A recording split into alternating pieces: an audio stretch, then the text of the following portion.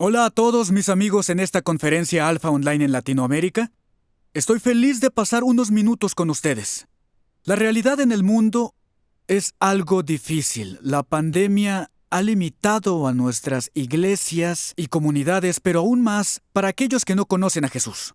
Hay una gran desesperanza, pero cuando la comparamos con la cada vez menor asistencia a las iglesias en cada generación y la erosión del evangelismo junto con el cambio en la cultura, estamos en una encrucijada donde tenemos que determinar cómo podemos ser efectivos al compartir a Jesús. Hoy quiero compartir con ustedes 2 cambios para acercarnos al evangelismo y cómo compartir nuestra fe, que se basan en las necesidades actuales de este mundo, pero en la atemporalidad de Jesús. Hemos visto estos cambios afectar iglesias y alcanzar a los no cristianos en todo el mundo. Fue más evidente en los Estados Unidos y lo hemos visto materializarse en diferentes aspectos de nuestro trabajo aquí. Este es el primer cambio. Jesús hizo 307 preguntas en los evangelios. A él le hicieron 183 preguntas. Adivinen cuántas preguntas respondió directamente en los evangelios. 8. Jesús tuvo casi 40 veces más probabilidades cuando tuvo la oportunidad de compartir o proclamar y entablar conversación con alguien en lugar de solo recurrir a la proclamación. Piensen en Juan capítulo 1. 2 jóvenes escucharon que Jesús podría ser el Cordero de Dios. Se preguntaron, ¿qué significa? ¿De qué se trata? Jesús les respondió y las primeras palabras de nuestro Salvador en Juan capítulo 1 fueron, ¿qué es lo que quieren? Una pregunta que creó un sentido de interés, de pertenencia, de escuchar a otra persona, crear un espacio de conversación. No solo hablar y sermonear con otra proclamación.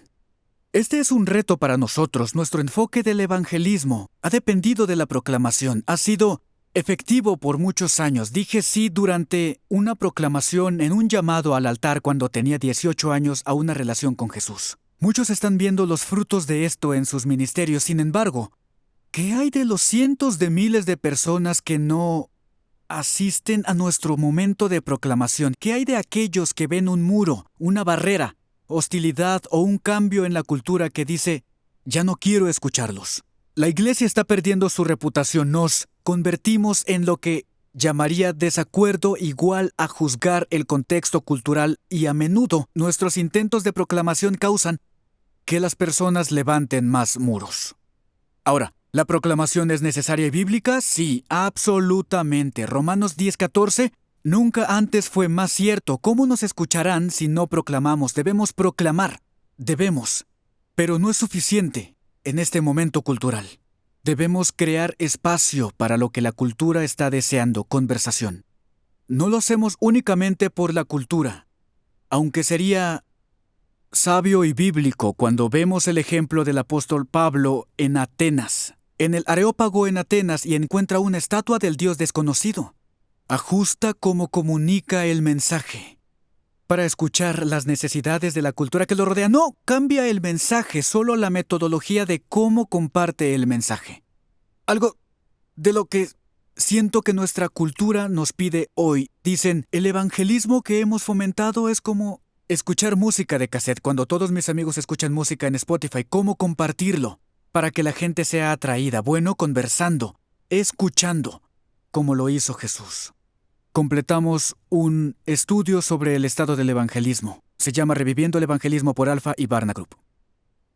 Y encontramos que la cualidad número 1 que los no cristianos espiritualmente curiosos buscan, que haría que fueran más abiertos a considerar la fe por sí mismos, es si conversan con un cristiano que escucha sin juzgarlos. Alguien que no los fuerza a sacar conclusiones. Dijeron, solo conocemos a una minoría de cristianos que poseen estas cualidades. La cualidad menos útil, la menos efectiva, es un cristiano que sea bueno debatiendo temas y tenga todas las respuestas a preguntas sobre la fe. Hemos proclamado y debemos hacerlo, pero no es suficiente. Hay que crear un espacio para la conversación. El profesor y autor David Augsburger dice que sentirse escuchado es similar a ser amado. Y para una persona promedio, esto resulta ser similar. Jesús crea un ambiente de escucha a donde la gente puede pertenecer antes de siquiera creer, donde pueden ser escuchados, donde hay espacio para que escuchen sus propios pensamientos y consideraciones cuando se trata de la fe cristiana. Analizarlas por primera vez. Es en este lugar que las defensas y los muros comienzan a ceder y las preguntas que a menudo se conciben en nuestra cabeza pero se enraizan en nuestro corazón tienen el mismo tiempo y espacio y un contexto seguro para llegar al corazón donde la gente es más propensa a tomar una decisión que transforme sus vidas. Esto es lo que hace Alfa, crea espacios para la conversación. Entrenamos a nuestros anfitriones y ayudantes para escuchar 40 veces más de lo que ustedes responden directamente. De hecho, proclamamos con la serie Alfa una serie documental de gran calidad que es sobre la vida y la fe cristiana. Pero luego, cuando hay reuniones de grupo, solo les decimos, esta es tu oportunidad de compartir tus pensamientos, tus creencias, y nosotros crearemos un ambiente para ti. ¿Qué pasa? El amor comienza a emerger, la pertenencia comienza a emerger, la hospitalidad comienza a emerger, los muros caen y el Espíritu Santo hace su trabajo. Encuentran la verdad a través de la proclamación en el video. El Espíritu Santo hace el trabajo de atraer a la gente por su cuenta. Podemos y debemos ser como Jesús y cambiar cómo compartimos nuestra fe. Para crear un espacio de conversación, no solo proclamación, piensen en la estrategia de evangelización de su iglesia. ¿Crea un espacio para la conversación? Nos entrenamos para escuchar evangelistas. O amenazamos a los no cristianos de nuestras comunidades, como si fueran niños, como si fuéramos sus padres, educándolos, corrigiéndolos. Ve a ordenar tu cuarto, cree en esto, no hagas esto, porque yo lo digo. Ahora he aprendido porque tengo adolescentes que no puedo amenazarlos así. Tengo que iniciar una conversación y guiar su proceso y su pensamiento haciendo las preguntas correctas. Pero necesitan que les demos dignidad. Me pregunto, ¿hemos amenazado con nuestras estrategias a los no cristianos como si fueran niños? Lo que están pidiendo es respeto y que les permitamos bajar sus defensas y tomar una decisión para confiar en Cristo. Vemos grandes frutos en esto. El segundo cambio que quiero compartir, y voy a ser muy breve.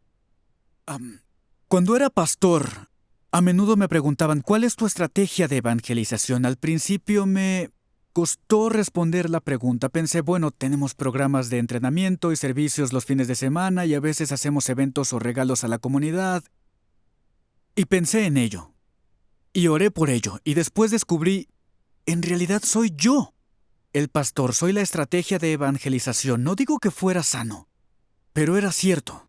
Al principio dependíamos del servicio de fin de semana donde proclamaba y predicaba. La estrategia era basada en mí. La iglesia, atraer a la gente, hacerles cruzar la línea de la fe era yo. Ahora los pastores deben ser jefes evangelizadores. Por favor, continúen así, pero no es suficiente.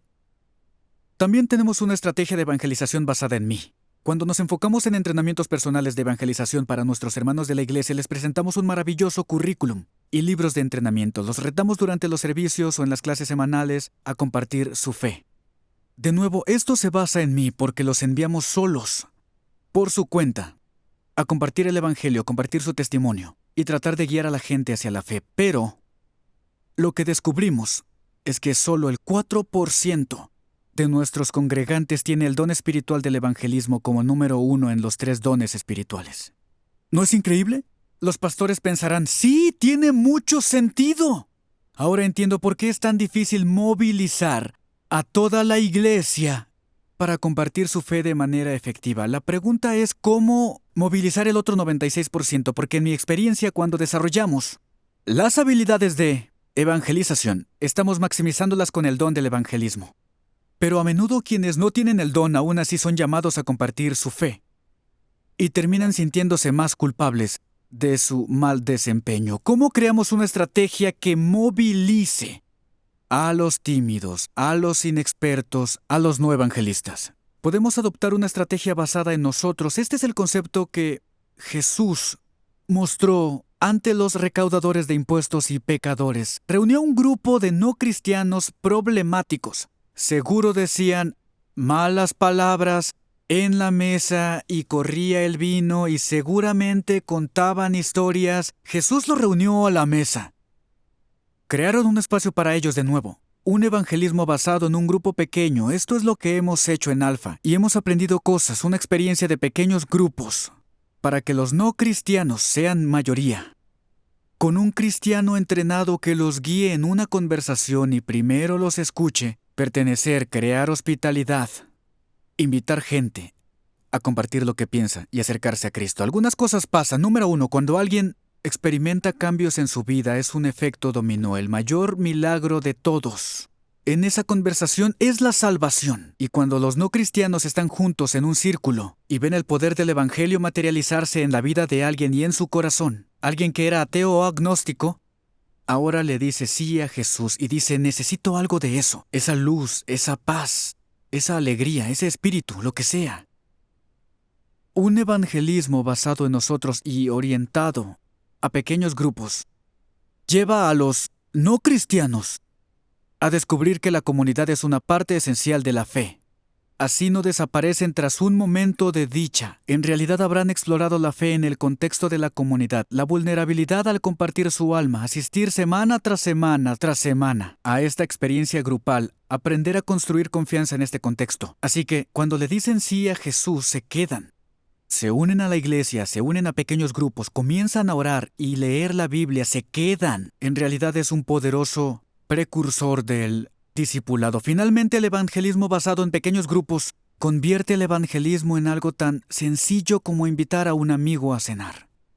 Aún sin equipo, sin don, sin confianza, solo se necesita ser bueno en la amistad.